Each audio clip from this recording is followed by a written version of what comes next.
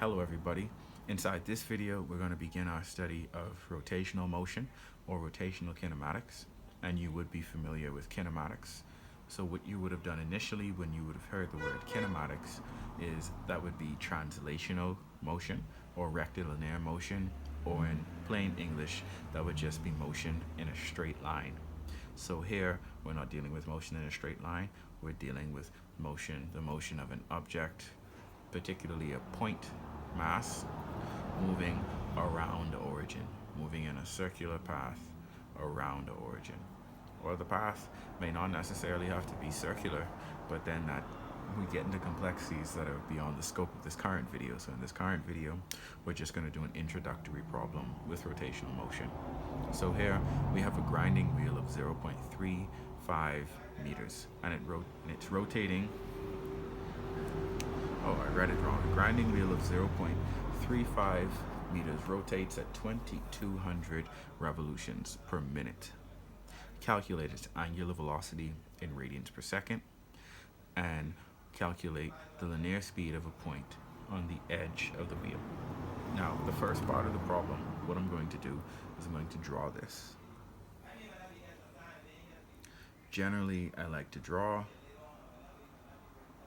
So here we assume the radius is 0.35 meters, and it has an angular velocity of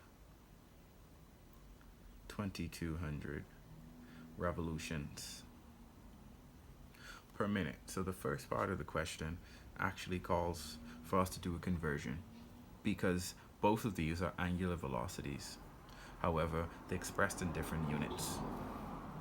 So in order to convert revolutions per minute to radians per second, I'm going to have to know the relationship between revolutions and radians. Well, one revolutions, think of it as one complete lap around the circle. And how many radians are in a circle? There are 2 pi radians in a circle. This would go back to your trigonometry courses. And how many minutes? How many seconds are in a minute? I have 60 seconds. I have 60 seconds in 1 minute. So when the time comes for me to do my conversion, what I'm going to do is I need these units to change. These units need to cancel. So what's going to happen is what I'm going to do is I'm going to need to do a conversion of revolutions. So I'm going to multiply and divide by revolutions, and I also need to do a conversion of my minutes. So I'm going to multiply and divide.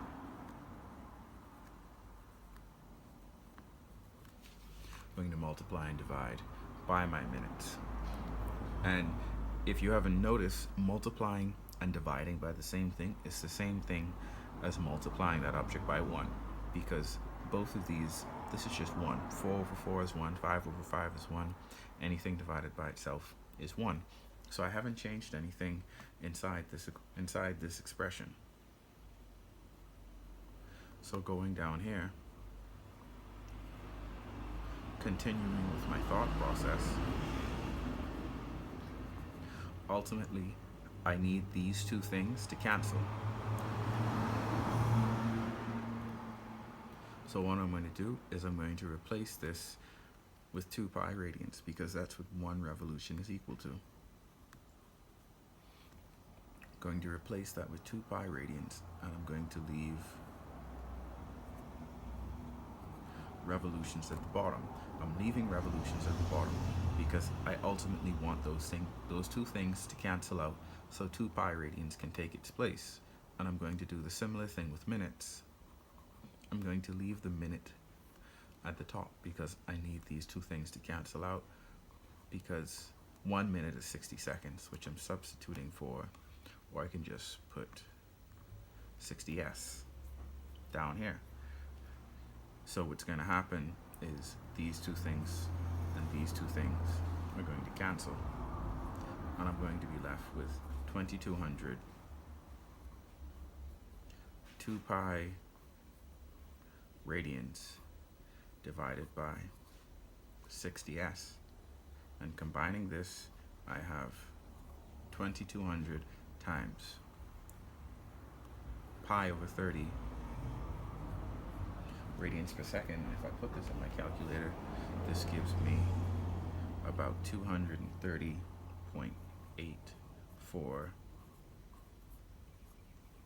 radians per second. So just going back over what I've done, first I figure out my relationships. I write them down. 1 revolution is equal to 2 pi radians. Then I set this up. Now, if I was leaving this in minutes, I wouldn't have added this right here. This wouldn't have been necessary because I'm not interested in converting the minutes. But since I was interested in converting both, I added both. And the thought process follows from there.